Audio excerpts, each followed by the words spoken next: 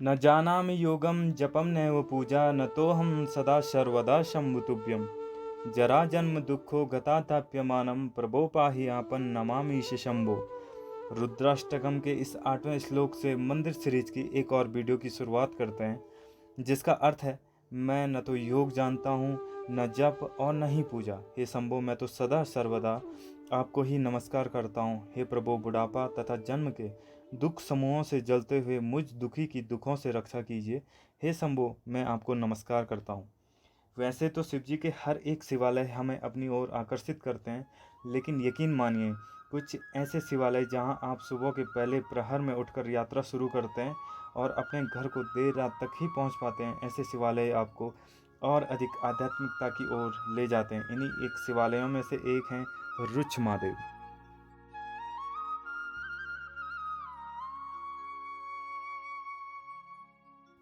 मेरे घर से इस शिवालय की दूरी है करीब 14 किलोमीटर। हाँ, आप वाहन के जरिए भी इस स्थान तक पहुंच सकते हैं, जहां आपके पास दूरी 25 से 30 किलोमीटर तक हो जाती है। यात्रा की शुरुआत होती है हल्की बारिश और घने बादलों के साथ मेरे प्यारे गांव रावलेक से। कठिन रास्तों से होते हुए रास्ते में जग्गी बगवान और बेडुला जैसे पर्यटक गांव आपको अपनी ओर आकर्षित करने की कोई कसर नहीं छोड़ते हैं। 7 किलोमीटर की दूरी तय करने के बाद अब हम पहुंचते हैं सरस्वती नदी के तट पर स्थित मां काली के सिद्धपीठ कालीमठ गांव में।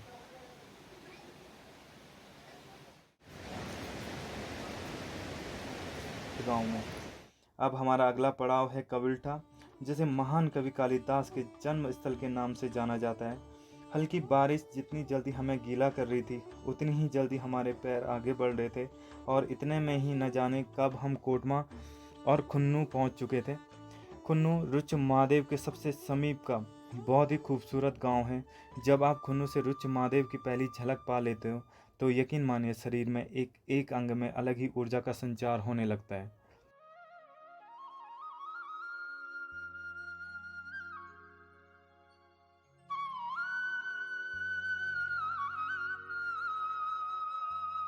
वैसे तो पूरी कालीमठ घाटी के कण कण में मेरे प्रिय महादेव और माँ काली का वास है, फिर भी इस पवित्र धाम के बारे में एक छोटी सी कोशिश की जानकारी जुटाने की। बाबा मुक्तेश्वर जी और कालीमठ घाटी के जन सेवक प्रदीप राणा जी से जानकारियां इकट्ठा करने पे पता लगा कि इस पवित्र भूमि में खाम और मरना नदियों का संगम है। मरना को सरस्वती नदी के नाम से भी जाना जाता है। इन दोनों नदियों के बीच में त्रिकोणाकार के मध्य में भगवती मरना माँ विराजमान है। संगम पर भगवान रुच महादेव स्थित हैं और उत्तर पश्चिम में माँ चामुंडा माता विराजमान है।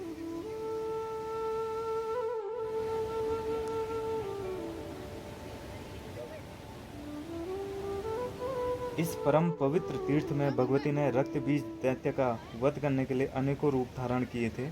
यहाँ पर भगवती सदैव बाला रूप में विराजमान रहती है। इस स्थान पर भगवती अनेक शक्तियों के रूप में प्रकट हुई थी अथवा भगवती कोटि माहेश्वरी के नाम से भी पूजी जाती है।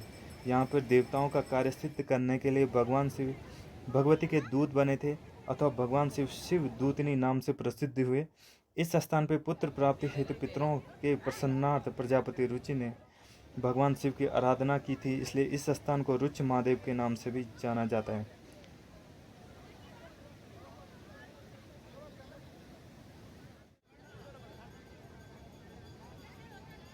जब मां काली प्रचंड रूप धारण कर चुकी थी तो मां को मननी नामक स्थान से मनाकर बुलाया गया था। तो शिवजी रुच नामक स्थान में लेट गए थे, तो माता का पैर इसी स्थान पर शिव पर पड़ गया था, जिससे यहाँ पर विशाल शिवलिंग की उत्पत्ति हुई थी। इस स्थान पर पिंडदान का भी अत्यंत महत्व माना गया है, अतः इसे उत्तर गया भी कहते हैं।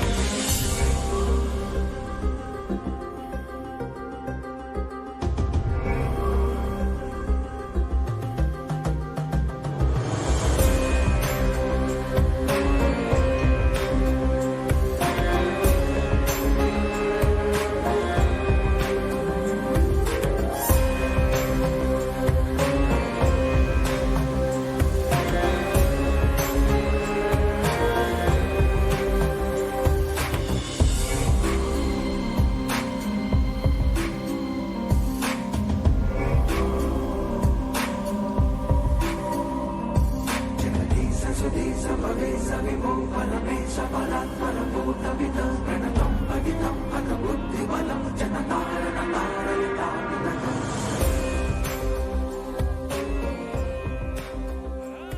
ये थी रुच महादेव के बारे में कुछ जानकारियाँ। मुझे पूरा यकीन है आपको वीडियो पसंद आई होगी।